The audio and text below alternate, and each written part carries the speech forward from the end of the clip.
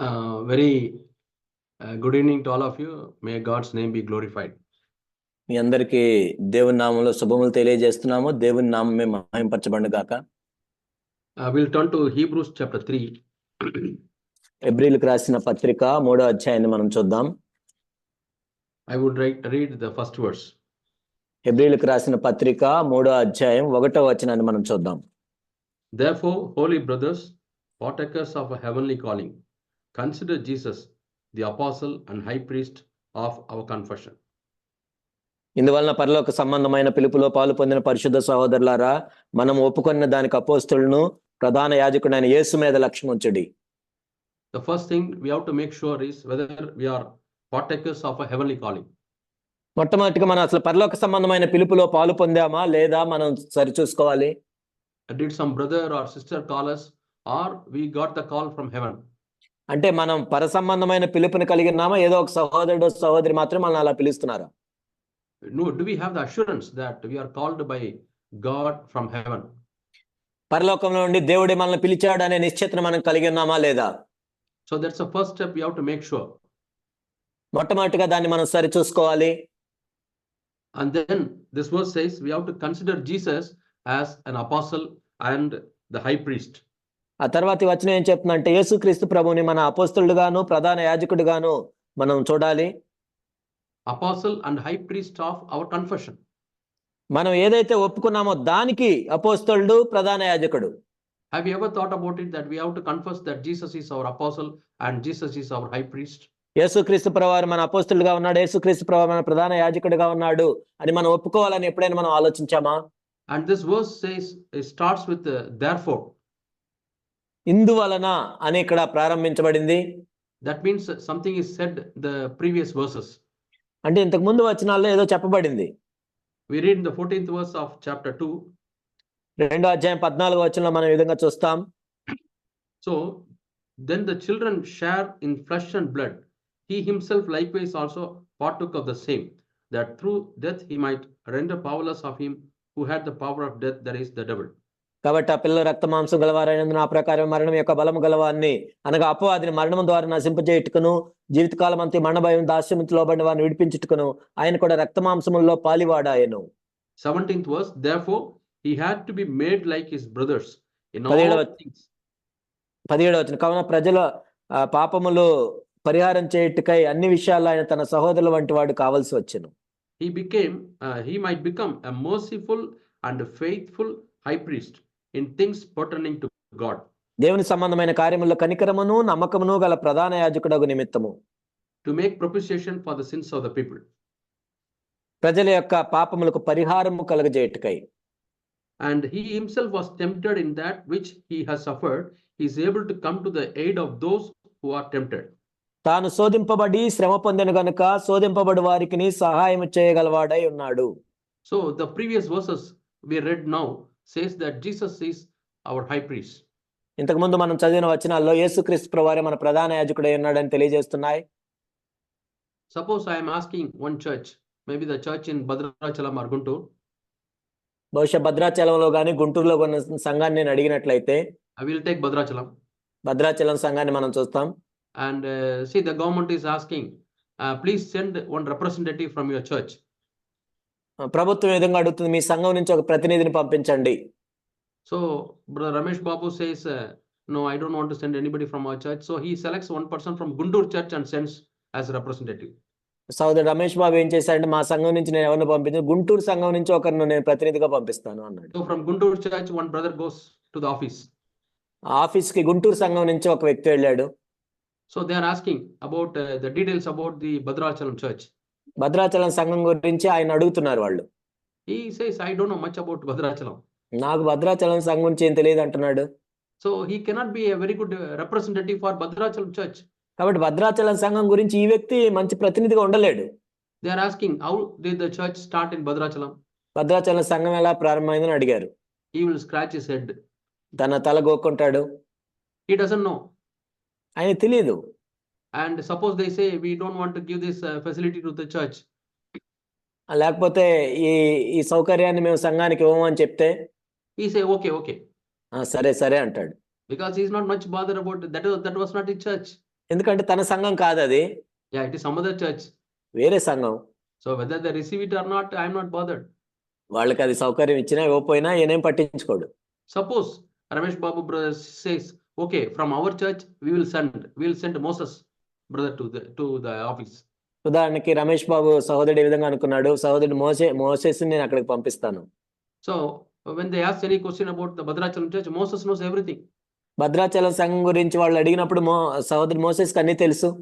And he can fight for the church facilities. ఆ సంఘం గురించి ఆ సౌకర్యాల నిమిత్తం అతను పోరాడగలడు. Because they are my people and that is our church and we want this facility. ఎందుకంటే ఇది మా సంఘం, వాళ్ళు మా ప్రజలు, మాకు ఇది కావాలి.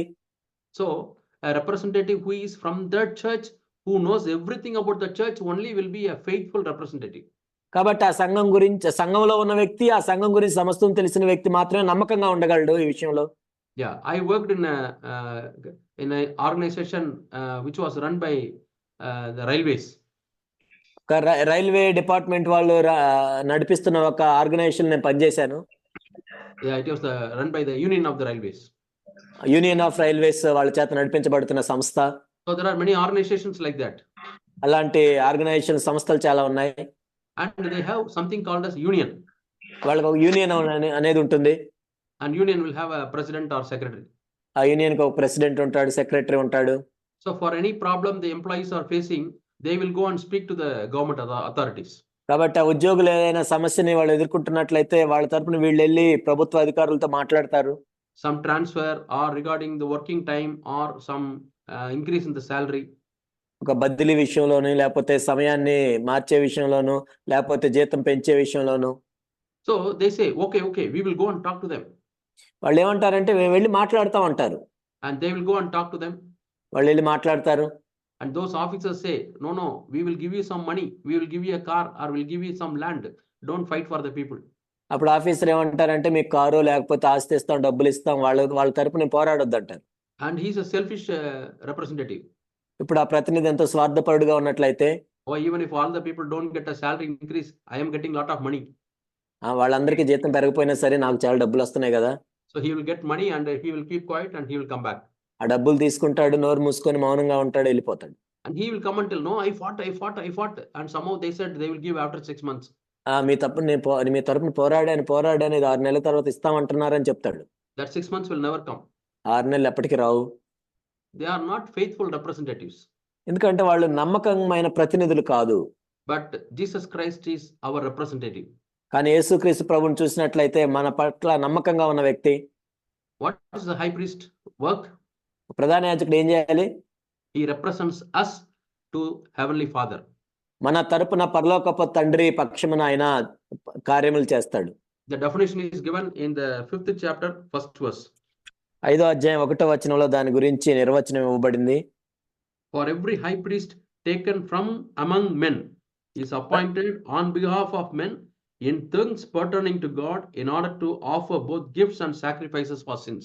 ప్రతి ప్రధాన యాజకుడు మనుషుల్లో నుండి ఏర్పరచబడిన వాడే, పాపముల కొరకు అర్పణలను బలులను అర్పించుటకు దేవుని విషయమైన కార్యములు జరిగించుటకే మనుష్యుల నిమిత్తము నియమింపబడును.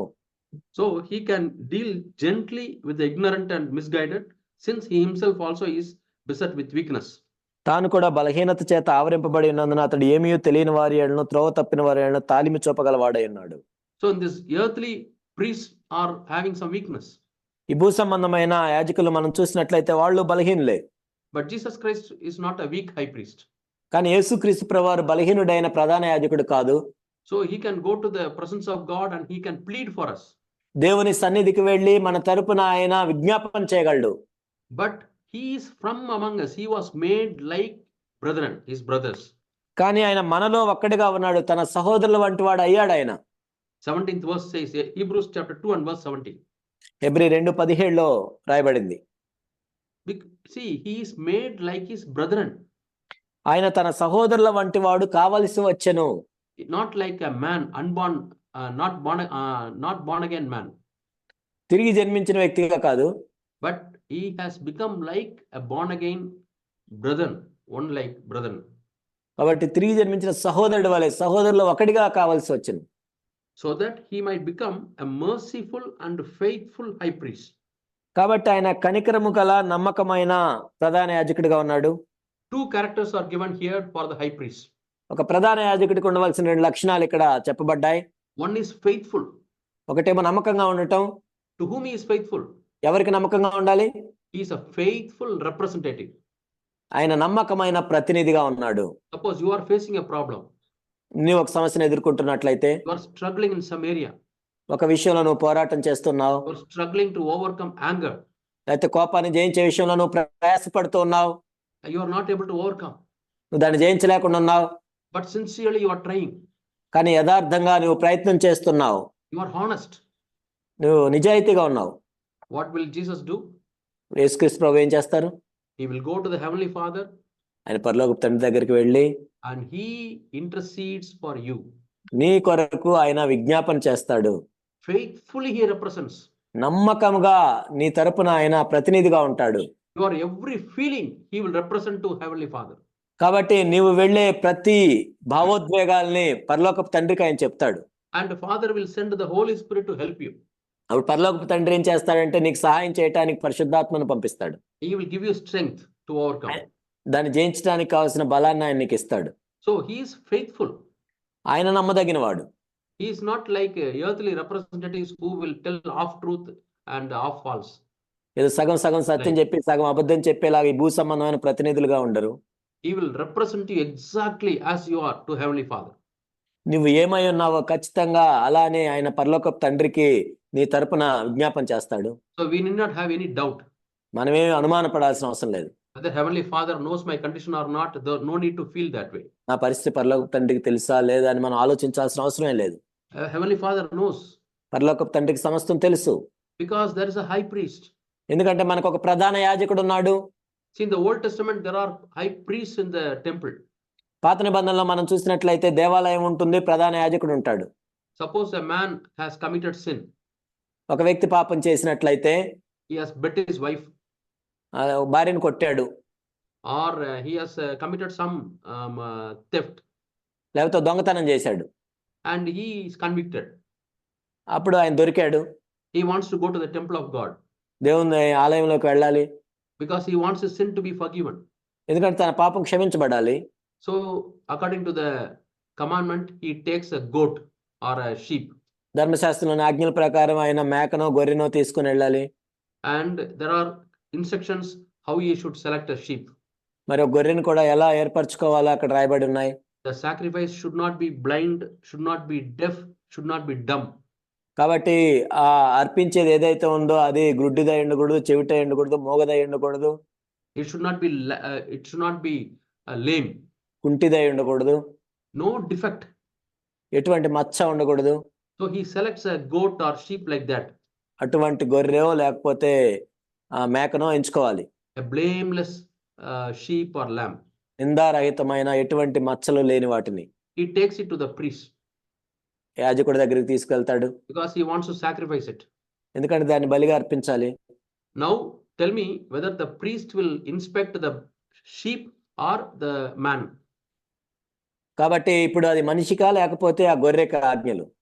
Yeah, man says I have committed sin. మనిషి ఏమంటాడంటే నేను పాపం చేశానని ఒప్పుకుంటాడు. And the priest will lay his hand on the animal of the sacrifice. కానీ ప్రధాన యాజకుడు ఏం చేస్తాడంటే తన చేతిని ఏదైతే అర్పిస్తున్నారో దాని మీద ఉంచుతాడు. So that the sin of this man is transferred to the sacrifice object. కాబట్టి ఆ మానవుడు చేసిన పాపం అనేది ఏదైతే బలిగా అర్పిస్తున్నామో దాంట్లోనికి బదిలీ చేయబడుతుంది. And the priest will inspect the goat or sheep whether it is perfect. కాబట్టి అప్పుడు ప్రధాన యాజకుడు ఏం చేస్తాడంటే ఇప్పుడు ఆ గొర్రె కానీ మేక కానీ పరిపూర్ణంగా ఉందా లేదో చూస్తాడు. It should not be lame, it should not be dumb, it should not be blind. అది కుంటిదై ఉండకూడదు, గుడ్డిదై ఉండకూడదు, మూగదై ఉండకూడదు, చెవిటిదై ఉండకూడదు. Then the sacrifice is accepted. అప్పుడు ఆ అర్పణ అంగీకరించబడుతుంది. This man is forgiven. ఈ వ్యక్తి పాపములు క్షమించబడతాయి. Now in our time, in New Testament time, New Covenant time. కానీ ఇప్పుడు క్రొత్త నిబంధన కాలంలో And say you are confessing your sin. నీ పాపాన్ని ఒప్పుకుంటున్నావు. You are struggling. నువ్వు ఎంత ప్రయాసపడుతున్నావు. Jesus intercedes for you with the Heavenly Father. యేసుక్రీస్తు ప్రభువారు పరలోకపు తండ్రితో నీ తరపున విజ్ఞాపన చేస్తాడు. Now who is the sacrifice? ఇప్పుడు ఎవరు అర్పణగా ఉన్నారు? Who is the lamb that was slain? ఇక్కడ వధించబడిన గొర్రెపిల్ల ఎవరు? Who was the lamb that was sacrificed అర్పించబడిన గొర్రె ఎవరిక్కడ? for our sins? మన పాపముల నిమిత్తం It is Jesus. Yesu Prabhu. Now, Jesus is blameless. ఇప్పుడు యేసు ప్రభు నిందారహితుడిగా ఉన్నాడు. Now, Father sees the blood of Jesus Christ. ఇప్పుడు దేవుడు యేసు ప్రభు యొక్క రక్తాన్ని చూస్తాడు తండ్రి. Yeah, Jesus offers the blood for you. యేసు ప్రభు తన రక్తాన్ని నీ కొరకు ఆయన అర్పిస్తూ ఉన్నాడు. He offers the blood for you and me. నీ కొరకు నా కొరకు తన రక్తాన్ని అర్పిస్తూ ఉన్నాడు. That's what we read in the book of Hebrews chapter 9. హెబ్రీయులకు రాసిన పత్రిక 9వ అధ్యాయంలో దాన్ని మనం చదువుతాం. And Father sees the sinless blood.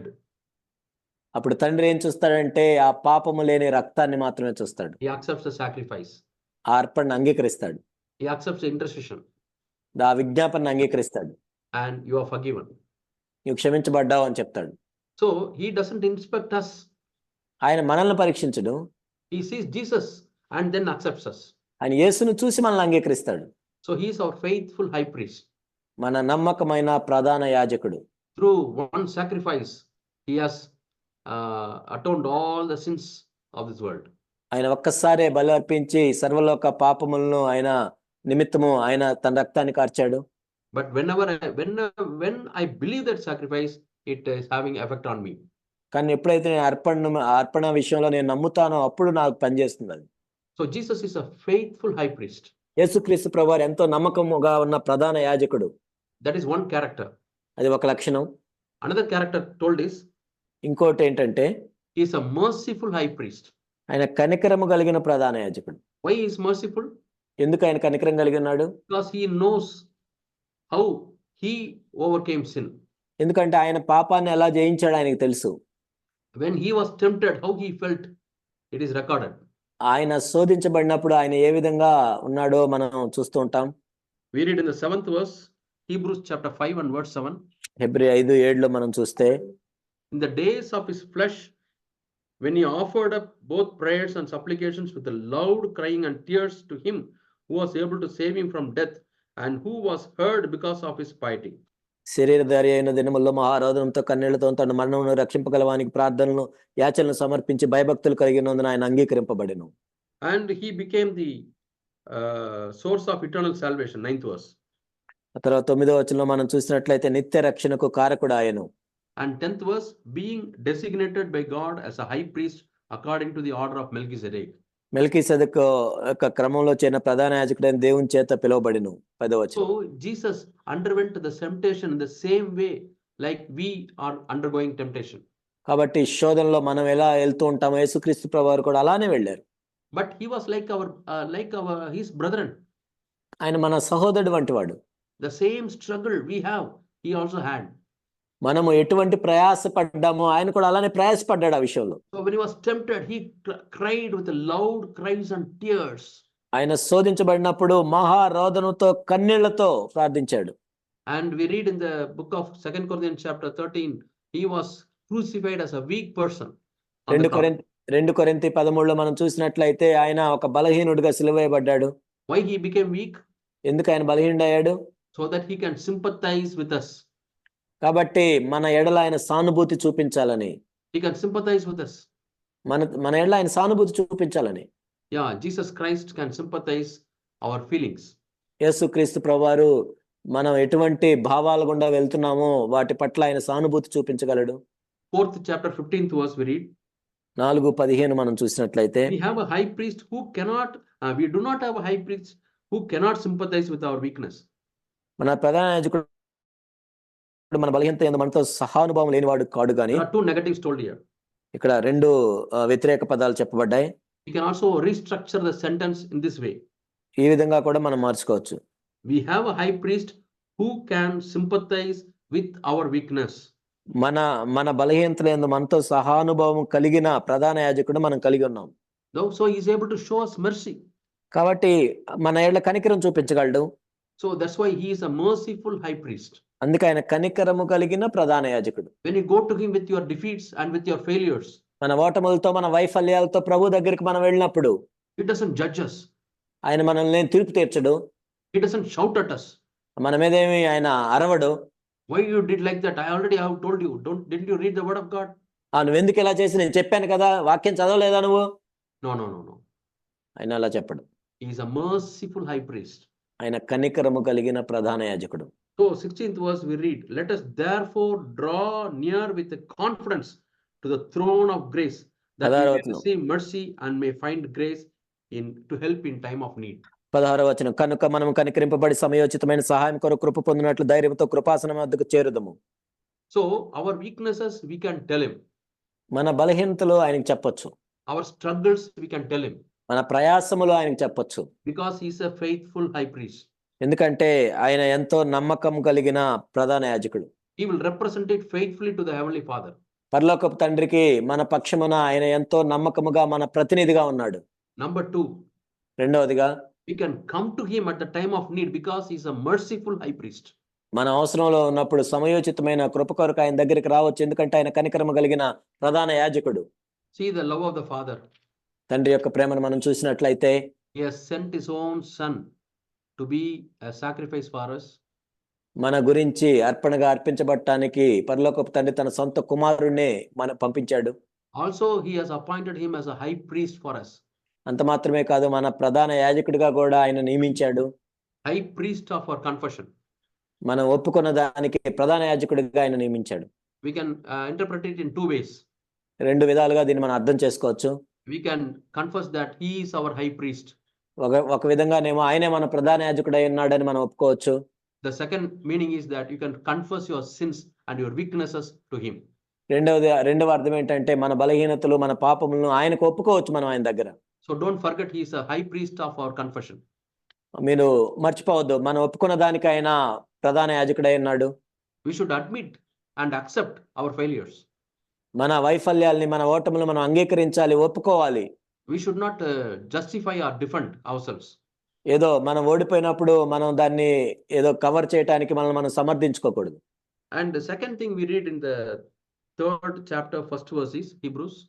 తర్వాత మనం 3:1 మనం చదివింది ఏంటంటే, he is the apostle. ఆయన అపోస్తలుడు ఆయన కూడా ఉన్నాడు. Throughout the Bible, this is the only place where we read Jesus is our apostle. Bible అంతట్లో కూడా యేసు ప్రభు మన అపోస్తలుడై ఉన్నాడు అనే మాట ఇక్కడ మాత్రమే మనం చదువుతాం. What is the meaning of apostle? అపోస్తలుడు అంటే అర్థం ఏంటి? One who is sent. పంపబడినవాడు. So as a high priest, he is representing us to the Father. ఒక ప్రధాన యాజకుడిగా మనల్ని మన పక్షమున తండ్రికి విజ్ఞాపన చేస్తున్నాడు ఆయన. And as an apostle, he is representing God to us. ఒక అపోస్తలుడిగా దేవుణ్ణి మనకు చూపిస్తున్నాడు, దేవునికి ప్రతినిధిగా ఉన్నాడు ఆయన. The Bible says that we are also called to be priests. Bible ఏం చెప్తుందంటే, మనం కూడా యాజకులుగా పిలువబడ్డాం. I think 2 Peter, 1 Peter. పేతురు రాసిన మొదటి పత్రికలో మనం చూస్తాం. Chapter 2 and verse 9. 2:9. Yeah, 1 Peter chapter 2 and verse 9. పేతురు రాసిన మొదటి పత్రిక 2వ అధ్యాయం 9వ వచనం. But you are a chosen race, a royal priesthood. మీరు రాజులైన యాజక సమూహమును. Yeah, we are priests. మనం కూడా యాజకులుగా ఉన్నాం. In Revelation also we read that we are kings and priests. ప్రకటనలో కూడా మనం చూస్తాం రాజులము యాజకులుగా మనం ఉన్నామని. Have you ever thought this role that you are also a priest? నువ్వు కూడా ఒక యాజకుడిగా ఉన్నావు అని ఎప్పుడైనా నువ్వు ఆలోచించావా? Have you ever thought of what is your work as a priest? యాజకుడిగా నువ్వు ఏమి చేయాలి అనేది నువ్వు ఎప్పుడైనా ఆలోచించావా నీ పని గురించి? You are in your family. మీ కుటుంబంలో. As a brother, you are the head of the home. ఒక సహోదరుడిగా నీ ఇంటికి నువ్వు యజమానుడిగా ఉన్నావు. Are you representing your wife and children to God? నీ భార్యని పిల్లలకి నువ్వు ప్రతినిధిగా ఉన్నావా దేవుని దగ్గర? Lord, my wife is struggling with this weakness. ప్రభువా, నా భార్య ఈ బలహీనతతో ప్రయాసపడుతుంది. Please help her, Lord. సహాయం చేయండి ప్రభువా. Lord, my teenage boy is struggling in the school. ప్రభువా, టీనేజ్ లో ఉన్న నా కుమారుడు స్కూల్లో ఈ విధంగా ప్రయాసపడుతున్నాడు. With so many temptations. ఎన్నో శోధనలు ప్రభువా. He is falling into temptations. శోధనలో పడిపోతున్నాడు ప్రభువా. Please, Lord, help him. సహాయం చేయండి ప్రభువా. I am coming to you, Lord, as a priest for my son. ప్రభువా, ఒక యాజకుడిగా మీ దగ్గరికి నేను వస్తున్నాను నా కుమారుని నిమిత్తం. Have mercy on him. ప్రభువా, కనికరం చూపించండి. Father, send him some help. ప్రభువా, ఏదైనా మీ సహాయం పంపించండి ప్రభువా. Are you representing your children and your wife to God like that? కాబట్టి నీ భార్యను పిల్లలకు నువ్వు ప్రతినిధిగా దేవుని దగ్గర ఉన్నావా? We have an example in the Old Testament. పాత నిబంధనలో మనకు ఒక ఉదాహరణ ఉంది. A godly man called Job. యోబు మనకు తెలుసు, దైవజనుడు. See, he had lot of children, ఎంతమంది పిల్లలు ఉన్నారు ఆయనకి. and every birthday they all gather together for a party. ప్రతి బర్త్డే రోజు వాళ్ళు పార్టీ చేసుకోవటానికి అందరూ గుమి కొడతారు. And during the party they all enjoy and celebrate. ఆ పార్టీ జరిగేటప్పుడు ఎంతో ఉత్సాహంగా వాళ్ళు జరిపించుకుంటారు. And Job, he goes to the presence of God, యోబు దేవుని సన్నిధి దగ్గరికి వెళ్ళి and he says to God, దేవునితో ఈ విధంగా చెప్తాడు, Lord, my sons would have committed sin during the celebration. ఓ ప్రభా, ఇది జరుపుకునేటప్పుడు నా కుమారులు పాపం చేసి ఉండొచ్చు. They would have spoken some wrong words, ఏదో కొన్ని కాని మాటలు పలికొండొచ్చు, or they would have drunk. లేకపోతే వాళ్ళు మందు తాగి ఉండొచ్చేమో. I don't know whether they committed sin or not, అసలు వాళ్ళు పాపం చేశారు లేదు కూడా నాకు తెలియదు. but I am a priest coming to you, Lord. ప్రభా, నేను ఒక యాజకునిగా మీ దగ్గరికి వస్తున్నాను. He offered sacrifices for them. వారి గురించి అర్పణలు అర్పించాడు. Might be if there are 4 children he thought would have committed sin, he would have offered 4 animals. బహుశా 4 పిల్లలు పాపం చేసి వచ్చారు అనుకుంటే 4 జంతువులను ఆయన బలిచ్చాడు. Or some birds he would have offered. లేకపోతే కొన్ని పక్షులను అర్పించుండొచ్చు. This was way back in the beginning. ఎప్పుడో ఆరంభంలో జరిగిన మాటలు ఇవి. What a godly man he was. ఇంత గొప్ప దైవజనుడిగా ఉన్నాడు కదా యోబు. So as a responsible father and as a responsible husband, are you as a priest for your husband, for your wife and children? బాధ్యత గల భర్తగా, బాధ్యత గల తండ్రిగా నీవు వారి తరపున దేవునికి విజ్ఞాపన చేస్తున్నావా యాజకుడిగా? Suppose your wife, your husband is not born again. ఉదాహరణకి నీ భర్త తిరిగి జన్మించలేదు. I am talking to sisters. సహోదరులకు నేను మాట్లాడుతూ You సహోదరుల should take గురించి the role of the priest. అప్పుడు నువ్వు ఒక యాజకురాలుగా ఉండాలి. You should represent your husband and your children to God. నీ భర్తని, నీ పిల్లల్ని దేవునికి ప్రతినిధిగానే ఉండాలి. Might be husband is very busy with his work and he comes very late and tired. బహుశా భర్త పని విషయంలో తీరిక లేకుండా లేటుగా వచ్చి ఆయన ఎంతో తీరిక లేకుండా ఉండొచ్చు, అలసిపోయి ఉండొచ్చు. And might be you are as a mother you are spending more time with your children. తల్లిగా నీ పిల్లలతో నువ్వు ఎక్కువ సమయం గడుపుతుండొచ్చు. Night when everybody is slept off, అందరూ పడుకున్న తర్వాత you రాత్రి are lying on your bed. నువ్వు బెడ్ మీద పడుకొని Say to God, దేవునితో ఈ విధంగా చెప్పు, Lord, I come to you for my children. ఓ ప్రభా, నా బిడ్డల నిమిత్తం నీ దగ్గరికి వస్తున్నాను. Lord, I come to you for my husband. ప్రభా, నా భర్త నిమిత్తం నీ దగ్గరికి వస్తున్నాను. Lord, have mercy on them. ప్రభా, వారి ఏళ్ల కనికరం చూపించండి. Help them, Lord, to overcome their temptations. ప్రభా, వారి శోధనలో వాళ్ళు జయించడానికి సహాయం చేయండి. So we have this role as priests. మన యాజకులుగా మనం ఈ బాధ్యతను నిర్వర్తించాలి. Maybe if you are a brother who have got some responsibility towards 1 or 2 families or 3 families in your area. బహుశా నీవు ఉంటున్న ప్రదేశంలో ఒక 2-3 కుటుంబాలకి నువ్వు ఒక బాధ్యత కలిగి ఉన్న సహోదరుడిగా ఉండొచ్చు. If you are faithful in your family, నీ కుటుంబంలో నమ్మకంగా ఉన్నట్లయితే God will increase your responsibility. నీ బాధ్యతను దేవుడు విస్తరిస్తాడు. Then you are a priest for those 2 or 3 families. ఆ 2-3 కుటుంబాలకి నువ్వు యాజకుడిగా ఉంటావు. Yeah, you are living in one particular area. నువ్వు ఎక్కడ ఒక చోట నివసిస్తున్నావు. And in your area there are 4 or 5 families. అక్కడ 4-5 కుటుంబాలు ఉండొచ్చు. For the 4 or 5 families, you are the priest. ఆ 4-5 కుటుంబాలకు నువ్వే యాజకుడివి. Talk to them about about them. వాళ్ళ గురించి మాట్లాడాలి. You hear about the difficulties and the problems they are facing. వాళ్ళు ఎటువంటి సమస్యలు గుండా వెళ్తున్నారో వినాలి. Intercede with God. దేవుని దగ్గరికి వెళ్ళి విజ్ఞాపన చేయాలి. You hear that one brother is backsliding. లేకపోతే ఒక సహోదరుడు వెనక్కి వెళ్తున్నాడని నీకు తెలిసింది. Instead of going and backbiting with others, you tell to God. వేరే వాళ్ళ దగ్గరికి వెళ్ళి వాళ్ళకి వెనక మాటలు చాడీలు చెప్పటం కంటే దేవుని దగ్గరికి వెళ్ళి మాట్లాడాలి. Jesus is our faithful high priest. యేసుక్రీస్తు ప్రభువారు మనకు నమ్మకమైన ప్రధాన యాజకుడిగా ఉన్నాడు. When you confess your sins, Jesus is not going to tell everybody. నీ పాపాలను ప్రభు దగ్గర ఒప్పుకున్నప్పుడు ఆయన వెళ్ళి అందరికీ ఏం చెప్పండి నీ పాపాల గురించి. Yeah, he is high priest, he will represent only to God. ఎందుకంటే ఆయన ప్రధాన యాజకుడిగా ఉన్నాడు, కేవలం తండ్రి దగ్గర మాత్రమే చెప్తాడు. And he is the apostle. ఆయన అపోస్తలుడు అయి కూడా ఉన్నాడు. An apostle is one who is sent by God for a particular mission. అపోస్తలుడు అంటే దేవుని చేత ఒక పని నిమిత్తం పంపించబడిన వ్యక్తి. Why did he come? Jesus come. యేసు ప్రభు ఎందుకు వచ్చారు? We read one purpose in John chapter 10. యోహాను సువార్త 10వ అధ్యాయంలో ఒక ఉద్దేశం గురించి మనం చదువుతాం. Yeah, 10th chapter, 10th verse. 10:10. Yeah, the thief comes to steal, to destroy and to kill. But I have come that they may have life and life more abundant. దొంగతనమును నాశనం చేయటకు వచ్చిన కానీ మరి దేనికి రాడు, గొర్రెలకు జీవము కలుగుటకు అది సమృద్ధిగా కలుగుటకు నేను వచ్చితునని మీతో నిశ్చయముగా చెప్తున్నాను. So Jesus came to give life, కాబట్టి యేసుక్రీస్తు ప్రభువారు ఎందుకు వచ్చారంటే జీవాన్ని ఇవ్వటానికి వచ్చారు. not little life, but exceeding life. ఏదో కొంచెం జీవం ఇవ్వటానికి కాదు, సమృద్ధిగా జీవాన్ని ఇవ్వటానికి వచ్చాడు. He wants to bless us tremendously. మనల్ని ఎంతో ఆశీర్వదించడానికి ఆయన వచ్చాడు. He wants to give us tremendous joy, ఎంతో సంతోషాన్ని ఇవ్వటానికి ఆయన వచ్చాడు. tremendous faith, ఎంతో విశ్వాసాన్ని, tremendous fear of God, దేవుని యెడల భయభక్తులు కలిగి ఉండటానికి, tremendous riches of heaven. పరల సంబంధమైన ఆశీర్వాదములను ఇవ్వటానికి. But earthly needs, he says, I will meet your need. కానీ భూ సంబంధమైన విషయాల్లో అయితే నీ అవసరాలను మాత్రం తీరుస్తానని చెప్పాడు.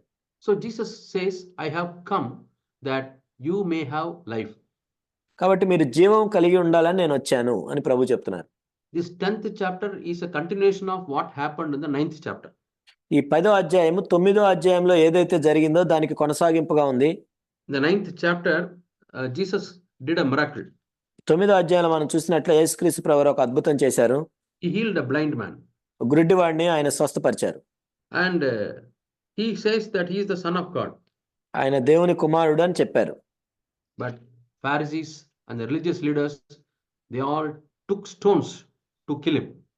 కానీ పరిసయ్యుల్లో కొంతమంది ఏం చేశారంటే వాళ్ళు చంపేయాలని రాళ్ళు తీసుకున్నారు. Jesus is asking, I have done good works. You have seen the good works. Then why are you throwing stones? నేను మంచి క్రియలు చేశాను, మీరు చూశారు, మరి మీరు ఎందుకు రాళ్ళు నా మీద వేస్తున్నారు? They say, we are not throwing stones for good works. కాబట్టి నువ్వు చేసిన మంచి పనులు చేసావని మేము రాళ్ళు వేయట్లేదు. We want to throw stones because you say you are the Son of God. నువ్వు దేవుని కుమారుడు అని చెప్పుకున్నావు కాబట్టి మేము రాళ్ళు వేస్తున్నాం. So they were all angry. అంటే వాళ్ళు ఎంతో కోప్పడుతున్నారు. So Jesus says, the 10th chapter, 1st verse. 10వ అధ్యాయం 1వ వచనంలో ప్రభు చెప్తున్నారు. Truly I say to you, he who does not enter by the door into the fold of the sheep, but climbs up some other way, he is a thief and a robber. గొర్రెల దొడ్డిలో ద్వారమున ప్రవేశింపక వేరొక మార్గమున ఎక్కువాడు, దొంగయు దోచుకునివాడు అన్నాడు. He who enters by the door is a shepherd of the sheep. ద్వారమున ప్రవేశించువాడు గొర్రెల కాపరి. And Jesus says, I am the door, 9th verse. నేనే ఆ ద్వారమున ఉన్నాను, 9వ వచనం. And these religious leaders are all trying to enter through some other door. ఈ మత సంబంధమైన నాయకులందరూ కూడా వేరే ద్వారం గుండా రావడానికి ప్రయత్నిస్తున్నారు. They don't want to confess Jesus. వాళ్ళు యేసుని ఒప్పుకోవట్లేదు. They don't want to go through Jesus. యేసు ద్వారా రావడానికి ఇష్టపడలేదు వాళ్ళు. And Jesus says that all such leaders are thieves. అటువంటి వారందరూ దొంగలు అని ఆయన చెప్తున్నారు. Because they don't enter through the door. ఎందుకంటే ద్వారం ద్వారా వాళ్ళు ప్రవేశించట్లేదు. You know, Jesus says, I am the shepherd. నేను మంచి కాపరిని అన్నాను. And a shepherd gives life to the sheep. ఆ కాపరి ఆ గొర్రెలకు జీవాన్ని ఇస్తాడు. See, I was in one country for some years. నేను ఒక దేశంలో కొన్ని సంవత్సరాలు ఉన్నాను. And I have seen how the man with the sheep is living. కాబట్టి గొర్రెలు కలిగిన ఒక వ్యక్తి ఎలా జీవిస్తాడో నేను చూశాను. Morning till night he will be staying with the sheep. ఉదయం నుంచి రాత్రి వరకు కూడా గొర్రెలతోనే ఉంటాడు ఆ వ్యక్తి. Suddenly rain will come. వర్షం వస్తుంది అకస్మాత్తుగా. He will spread the plastic sheet and he will also go under that. Plastic sheet వాటి మీద పరిచి ఆయన కూడా లోపలికి వెళ్తాడు. And he will stay with them. వాటితోనే ఉంటాడు. Rain or sunshine or heat or cold, he will always stay with the sheep. ఎండైనా చలైనా వానైనా ఏదైనా ఆ గొర్రెలతోనే ఉంటాడు. A shepherd gives life to the sheep. ఆ గొర్రెల కోసం ఆ కాపరి తన జీవితాన్ని ఇస్తాడు. See, Jesus compares us to the sheep. యేసుక్రీస్తు ప్రభువారు మనల్ని గొర్రెలతో పోల్చారు. He is the shepherd. ఆయన కాపరి. What is the specialty about the sheep? గొర్రెల గురించిన ప్రత్యేకత ఏంటి? They are very, very weak beings. గొర్రెలు అనేవి ఎంతో బలహీనంగా ఉండే జీవులు. When you go to a dog, కుక్క దగ్గరికి వెళ్ళామనుకోండి, it will bark. కుక్క మురుగుతుంది. It will show the sharp teeth when it barks. కాబట్టి అది మురిగేటప్పుడు దాని పదునైన పళ్ళు మనకు కనపడతాయి. We are afraid when we go away. చూసి భయపడి మనం పారిపోతాం. But when you go to a sheep, కానీ గొర్రె దగ్గరికి వెళ్తే it is helpless. గొర్రె అనేది చాలా నిస్సహాయంగా ఉంటుంది. It cannot bark. గొర్రె ఏమీ మొరగలేదు. When some wolf or something comes to attack the sheep, తోడేలు వచ్చి గొర్రె మీద దాడి చేసినప్పుడు it is helpless to fight. ఎంతో నిస్సహాయమైన స్థితిలో గొర్రెలు ఉంటాయి. It cannot run fast. పరిగెత్తలేదు వేగంగా. Very weak legs it has got. ఎంతో బలహీనమైన కాళ్ళు ఉంటాయి గొర్రెకి. When you hear the voice, it is a helpless voice. May. మే అని చాలా చిన్నగా స్వరంతో అరుస్తూ ఉంటాయి. So it always depends on the shepherd. ఎప్పుడు కాపరి మీదే ఆధారపడి జీవిస్తుంటాయి. It depends on the shepherd for its protection. ఎందుకంటే కాపరే మమ్మల్ని భద్రపరచాలని ఆ కాపరి మీదే ఆధారపడి జీవిస్తుంటాయి. When wolf comes, it cannot fight. Even 5 sheep cannot together fight. It will all depend on the sheep. ఒకవేళ Shepherd. తోడేలు వచ్చినా కానీ 5 గొర్రెలు కలిసి కూడా ఏం పోరాటం చేయలేవు, కాపరి మీద ఆధారపడి ఉంటాయి.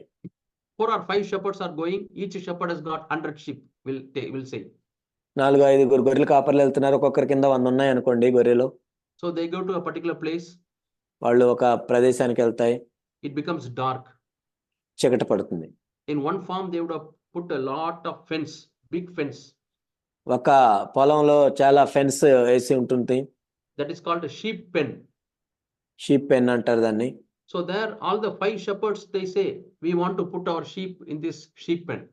వాళ్ళు ఏమంటారంటే అందులో 5 గొర్రెల కాపలు కూడా మా గొర్రెలను ఇక్కడ పెడతా ఉంటారు. So now in the sheep pen, there are 500 sheep. ఇప్పుడు 500 గొర్రెలు ఉన్నాయి అందులో. So now the shepherds will lie down at the gate. ఇప్పుడు ఆ గొర్రెల కాపర్లు ఆ గేట్ దగ్గర ఉంటారు, పడుకుంటారు. They will sleep there. వాళ్ళు అక్కడే పడుకుంటారు. Because nobody should come and steal the sheep. ఎందుకంటే ఎవరు లోపలికి వచ్చి దొంగతనం చేయకూడదు. And no sheep should escape through the door. ఏ గొర్రె కూడా ఆ ద్వారం గుండా బయటకు వెళ్ళకూడదు. So they are at the door. వాళ్ళ ద్వారం దగ్గరే ఉంటారు. For the protection of the sheep. ఆ గొర్రెలను కాపాడాలని. So Jesus says, I am the shepherd, I am the door. యేసుప్రభు ఏం చెప్పంటే నేనే ద్వారమునై ఉన్నాను, నేనే కాపరినై ఉన్నాను. And he feeds the sheep. ఆ గొర్రెలను ఆయన మేపుతాడు. And these sheep are very weak. ఈ గొర్రెలు ఎంత బలహీనంగా ఉంటాయి. So the shepherd will take the sheep only to the still waters so that they can drink the water. ఆ గొర్రెల కాపరి గొర్రెల్ని నిర్మలమైన నీళ్ల దగ్గరికే తీసుకెళ్తాడు. The water flows, this wool will gather lot of weight and they will fall into the water. కాబట్టి నీళ్లు ప్రవహించే నీటిలో అయితే అవి పడిపోతాయి, So మునిగిపోతాయి. it will not carry the sheep to the running water.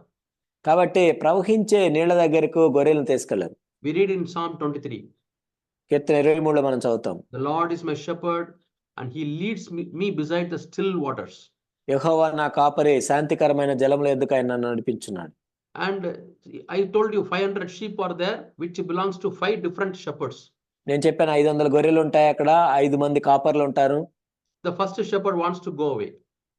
మొదటి కాపరి వెళ్ళాలనుకుంటే So he will call his sheep. తన గొర్రెలను పిలుస్తాడు. All his sheep, 100 sheep, they know the voice of his shepherd, they go out. ఆయన పిలిచినప్పుడు ఆయన 100 గొర్రెలు కూడా ఆయన స్వరాన్ని గుర్తుపట్టి వెళ్తాయి. But when a stranger also makes the same voice, కానీ ఒకవేళ వేరే వ్యక్తి కూడా అలాంటి స్వరంతో మాట్లాడితే 5th verse, they will not follow. 5వ వచనం మనం చూసినట్లయితే అవి వెంబడించవు. They will flee from him. అతన్ని వెంబడింపుకొని ఎదురుండి పారిపోతాయి. Because they do not know the voice of the strangers. ఎందుకంటే వాళ్ళు అన్యుల స్వరం గుర్తుపట్టగలరు. Now the second shepherd wants to go. ఇప్పుడు రెండో కాపరి వెళ్ళాలనుకుంటే So he will make his voice. కాబట్టి తన స్వరంతో మాట్లాడతాడు. All his sheep, they know the voice and they follow him. తన గొర్రెలన్నీ ఆ స్వరం తెలుసు కాబట్టి ఆయన వెంబడిస్తాయి. So this is how the shepherd sheep relationship is there. కాబట్టి గొర్రెల కాపరి గొర్రెల యొక్క సంబంధం ఇలా ఉంటుంది. So which is binding the shepherd and the sheep? కాబట్టి గొర్రెల కాపర్లని కలిపి ఉంచుతుంది ఏంటి ఇక్కడ? Tell me. ఏంటది? It is a voice. స్వరం. So the sheep listens. గొర్రెలు వింటాయి. And the shepherd speaks. కాపరి మాట్లాడతాడు. That is a strong bond. అదే ఎంత బలమైన బాంధవ్యం ఉంటుంది. If suppose the shepherd dies, ఒకవేళ గొర్రెల కాపరి చనిపోతే no voice of the shepherd, ఇంకా స్వరం రాదు. they all will scatter. ఆ గొర్రెలన్నీ చెదిరిపోతాయి. They will all search for the shepherd. They will get scattered. They will die. గొర్రెల కాపరి కోసం చూసి చనిపోతాయి. So Jesus says, కాబట్టి ప్రభు చెప్తున్నారు ఇక్కడ, my sheep knows my voice. నా గొర్రెలు నా స్వరం వినును. And I call them. నేను వాటిని పిలుస్తాను. They listen to my voice. నా స్వరాన్ని వింటాయి. And they follow me. నన్ను వెంబడిస్తాయి. And I give them life. అప్పుడు నేను జీవాన్ని ఇస్తాను. You see, 10th verse we read, 10th chapter, I have come that they may have life and life more abundant. 10:10 మనం చూసాము, గొర్రెలకు జీవం కలుగుటకును అది సమృద్ధిగా కలుగుటకును నేను వచ్చితిని. And how he gives the life? ఎలా ఇస్తాడు ఆ జీవం? We read in the 27th verse. 27వ వచనంలో మనం చూస్తాం. John 10:27. 10:27. My sheep hear my voice. నా గొర్రెలు నా స్వరము వినును, I know them, నేను వాటిని ఎరుగుదును, and they follow me, అవి నన్ను వెంబడించును. and I give eternal life to them, నేను వారికి నిత్య జీవం ఇచ్చున్నాను గనుక and they will never perish. అవి ఎన్నటికీ నశింపవు. Nobody will snatch them out of my hand. ఎవడును వాటిని నా చేతిలో ఉండి అపహరింపడు. See the strong bond of the sheep and the shepherd. చూడండి, గొర్రెల కాపరికి ఉన్న అనుబంధాన్ని మనం చూస్తున్నాం. It starts with my sheep shall hear my voice. ఆ గొర్రెలు నా స్వరం వినునుతో ప్రారంభమైంది ఇది. And some shepherds, they only hear the shepherd's voice. కొన్ని అయితే కేవలం కాపరి స్వరం మాత్రమే ఉంటాయి. But when the shepherd walks, they don't want to follow. కానీ ఆ కాపరి నడుస్తున్నప్పుడు మాత్రం వెంబడించవు. What a sad thing it is.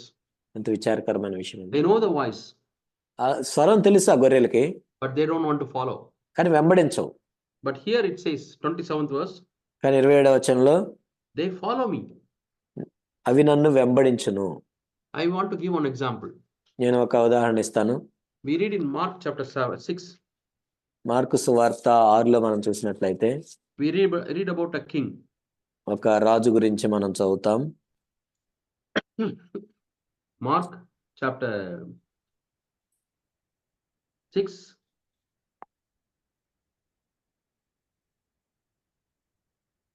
And verse 20. Mark 6. Mark సువార్త 6వ అధ్యాయం 20వ వచనం. We read about a king called Herod. హేరోదు అనే రాజు గురించి మనం ఇక్కడ చదువుతాం. He also built a temple of God. ఆయన కూడా దేవుని యొక్క మందిరాన్ని నిర్మించాడు. He is half a Jew. ఆయన సగము యూదుడు. We read about him in 20th verse. 20వ వచనంలో మనం చదువుతాం. He was afraid of John. ఆయన యోహానుకు భయపడ్డాడు. Because he knew that John was faithful and righteous and holy man. ఎందుకంటే యోహాను నీతిమంతుడు పరిశుద్ధుడు అని హేరోదుకు తెలుసు. And Herod kept him safe. అతనికి భయపడి అతన్ని కాపాడుచూ వచ్చెను. That means Herod gave him protection. కాబట్టి హేరోదు ఒక భయపడి ఆయన కాపాడుతూ వచ్చాడు. And he used to enjoy listening to John the Baptist. అతని మాటలు విన్నప్పుడు సంతోషంతో వింటూ ఉండేవాడు. So he is like a sheep which hears the voice of the shepherd. కాబట్టి ఒక కాపరి యొక్క స్వరాన్ని వింటున్న గొర్రె వలె ఉన్నాడు. Not only listening, వినటం మాత్రమే కాదు, enjoy listening. సంతోషంతో వినుచూ ఉన్నాడు. So many of us, maybe when you hear God's word, messages, you have a joy. మనలో అనేక మంది దేవుని యొక్క వాక్యం విన్నప్పుడు, వర్తమానాలు విన్నప్పుడు ఎంతో సంతోషంతో వింటూ ఉండొచ్చు మనం. You know, the speaker is a holy man, righteous man, so you want to listen. కాబట్టి ఆ మాట్లాడే వ్యక్తి నీతిమంతుడు పరిశుద్ధుడు అని మనకు తెలుసు కాబట్టి వింటూ ఉంటాం. Some people have a great desire to listen to the messages. వర్తమానాలు వినటానికి ఎంతో తీవ్రమైన కోరిక కలిగి ఉంటారు కొంతమంది. But the question is, after listening, are you following? కానీ ప్రశ్న ఏంటంటే, నువ్వు విన్నావు సరే, మరి విన్న తర్వాత వెంబడిస్తున్నావా? What do we read about Herod? హేరోదు గురించి ఏం చదువుతున్నాం మనం? He was listening to John the Baptist. బాప్తిస్మ యోహాను చెప్పే వింటూ ఉన్నాడు. He was enjoying listening to him. సంతోషంతో వింటూ ఉన్నాడు. Up to what time? ఎప్పటిదాకా? Till his self was touched by John the Baptist. బాప్తిస్మ యోహాను హేరోదు యొక్క స్వయాన్ని ముట్టుకుండేదాకా, అంతవరకే. John the Baptist told him, you are living in an immoral life. నువ్వెంతో పాపంలో జీవిస్తున్నావు అని బాప్తిస్మ యోహాను చెప్పాడు హేరోదుతో. You are having your brother's wife. నీ సహోదరుని యొక్క భార్యను నువ్వు ఆమెతో ఉన్నావు. Repent. నువ్వు మారు మనసు పొందాలి. Now the real color of King Herod is revealed.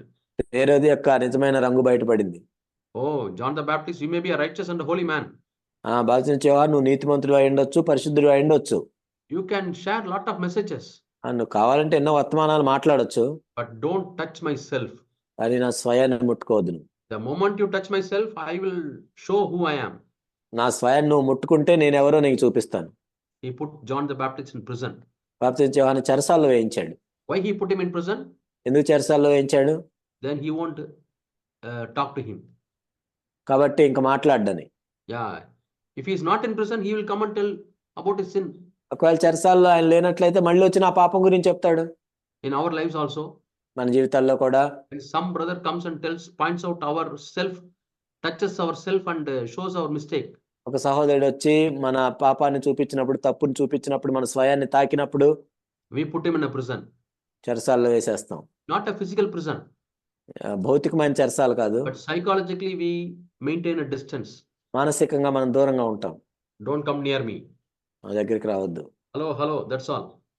Hello అంటే హలో అంతే. We don't want to go near him. ఆయన దగ్గరికి వెళ్ళటానికి ఇష్టపడం మనం. Because when I go near him, he is touching myself. నేను దగ్గరికి వెళ్ళినప్పుడు నా స్వయాన్ని తాకుతాడు ఆయన. With great difficulty, I am protecting my image, my prestige, my pride, myself. నేను ఎంతో కష్టపడి నా పేరు ప్రఖ్యాతుల్ని లేకపోతే నాకున్న పేరు ప్రతిష్టలను కాపాడుకుంటున్నాను. And he wanted to, even the small damage. Oh, I am a great king, but you have to call me as an immoral man. నేను ఇంత గొప్ప రాజునైతే నేను పాపంలో జీవిస్తున్నాను, నేను అవినీతి పరుని అంటావా నువ్వు. Now I want to build up my image. My image is damaged. My self is damaged. కాబట్టి నా పేరు ప్రతిష్టలు దెబ్బతింటున్నాయి, నేను కాపాడుకోవాలి వాటిని. So he called all the nearby kings. కాబట్టి ఆ దగ్గరలో ఉన్న రాజులందరిని పిలిపించాడు. Offering feast. వాళ్ళకి పార్టీ ఇస్తున్నాడు. His daughter is dancing. తన కుమార్తె డాన్స్ చేస్తుంది. He's asking, I want John the Baptist's head. ఆమె ఏం అడుగుతుందంటే నాకు బాప్తిస్మం యోహాను తల కావాలంటుంది. I am a great person. నేను ఎంతో గొప్ప వ్యక్తిని మరి. Even if you want Jesus' head or John the Baptist's head, nothing, no problem for me. I can bring.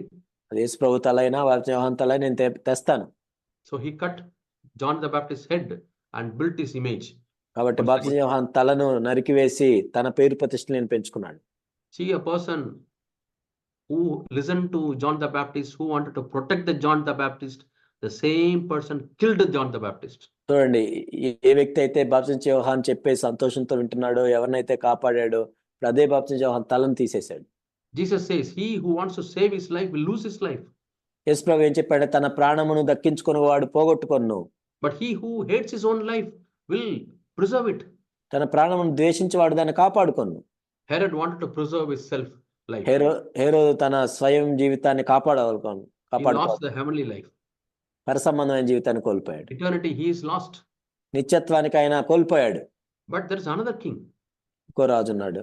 He also committed adultery. ఆయన కూడా వ్యభిచారం చేశాడు. He also committed murder. హత్య చేశాడు. We read in book of 2 Samuel chapter 12. 2 సమూయేలు 12లో మనం చదువుతాం. And a prophet comes, Nathan. Nathan అనే ప్రవక్త వచ్చినప్పుడు he tells him, you are a man who committed murder, committed adultery. నువ్వు హత్య చేసావు, వ్యభిచారం చేసావు అని చెప్పినప్పుడు What did David say? దావీదు ఏం చెప్తున్నాడు? He didn't want to preserve his self. తన స్వయాన్ని కాపాడుకోవటానికి ఆయన చూడలేదు. The prophet touched the self and self started grumbling. ప్రవక్త స్వయాన్ని తాకినప్పుడు ఆ సణుగులు ఫిర్యాదులు వస్తాయి. So far he was carefully hiding the fact that he was a murderer and adulterer, and now it is exposed. What shall I do? He has got two choices. So ఇప్పుడైతే ఆయన హత్య చేసి వ్యభిచారం చేసి దాచిపెట్టుకున్నాడు, కానీ మరి ఇప్పుడు ఏం చేయాలి? 2 విధాలుగా చేయొచ్చు ఆయన. He can kill Nathan like Herod killed John the Baptist. హేరోదు బాప్తిస్మం యోహాను చంపినట్లుగా నాతాన్ను కూడా చంపించవచ్చు. He didn't do that. కానీ ఆయన చేయలేదు. He said, let myself be crushed. ఒకవేళ నా స్వయం నలగొట్టబడి నువ్వు, Lord, even if my ministers and my people, my household, everybody thinks that I am a murderer and adulterer, no problem, Lord. I want you. ప్రభా, నా మంత్రులు కానీ నా ప్రజలు కానీ మరి ఎవరైనా కానీ నేను నరహంతకుడిని వ్యభిచారిని అనుకున్నా పర్లేదు, కానీ నీవు నాకు కావాలి ప్రభా. So he hated his self. He allowed his self to be crumbled and crushed, and he got the heavenly life. ఆయన తన సొంత ప్రాణంను ద్వేషించాడు, దాన్ని నలగొట్టబడటానికి ఇష్టపడ్డాడు. కాబట్టి పరసంబంధమైన జీవాన్ని ఆయన పొందుకున్నాడు. When you read Psalm 51, the introduction, it is written very clearly. This is a psalm, sin confession, King David did when he committed adultery with Bathsheba. Keerthana 51 heading మనం చూసినప్పుడు రాజైన దావీదు బత్షెబాతో పాపం చేసినప్పుడు ఆయన ఒప్పుకున్నది అని ఉంటుంది. He has written the confession letter and he has given it to be published. కాబట్టి ఆయన చేసిన పాపాన్ని ఒప్పుకొని అది అందరికీ ప్రచురించబడాలని ఇచ్చేశాడు ఆయన. He is not bothered about his self image. కాబట్టి తన సొంత ప్రాణం గురించి ఆయన పట్టించుకోలేదు. He is not bothered about his prestige. తన పేరు ప్రతిష్టల గురించి ఆయన పోరాటం చేయలేదు. Lord, even if I lose my throne, Lord, I want your presence. ఓ ప్రభువా, నా సింహాసనం నేను కోల్పోయినా పర్లేదు, కానీ నీ సన్నిధి నాకు కావాలి. Cast me not away from thy presence, O Lord. ఓ ప్రభువా, నీ సన్నిధిలో నన్ను త్రోసివేయకము. Take not thy Holy Spirit from me. ఓ ప్రభువా, నీ పరిశుద్ధాత్మ నాలో నుండి తీసివేయకము. Give me salvation. ఓ ప్రభువా, నాకు రక్షణ అనుగ్రహించు. మరలా He is a man who got the life. జీవాన్ని, దేవుని దగ్గర నుంచి జీవాన్ని పొందుకున్న వ్యక్తి. He who hates his life gets his heavenly life. వాడు తన సొంత ప్రాణమును ద్వేషించిన వ్యక్తి పరసంబంధమైన జీవాన్ని పొందుకుంటాడు. One of the important conditions of discipleship is శిష్యత్వంలో ఉన్న ఒక ప్రముఖమైన షరతు ఏంటంటే, if you don't hate your life, నీ ప్రాణాన్ని నువ్వు ద్వేషించకుండా ఉన్నట్లయితే you cannot be the disciple of Jesus Christ. నువ్వు యేసుక్రీస్తు ప్రభుకు శిష్యుడిగా ఉండలేవు. So my sheep hears my voice, నా గొర్రెలు నా స్వరం వినును, they follow me, నన్ను వెంబడించును, and I give eternal life. నేను నిత్య జీవాన్ని ఇస్తాను. It is not that my sheep knows me, I also know my sheep. అంటే నా గొర్రెలు నన్ను తెలియటం కాదు, నేను కూడా నా గొర్రెలు ఎరుగుదును. So our God should not say, I do not know you at the judgment seat. కాబట్టి క్రీస్తు యొక్క న్యాయ సింహాసనం ఎదుట నీవెవరో నాకు తెలియదు అని దేవుడు చెప్పకూడదు మన గురించి.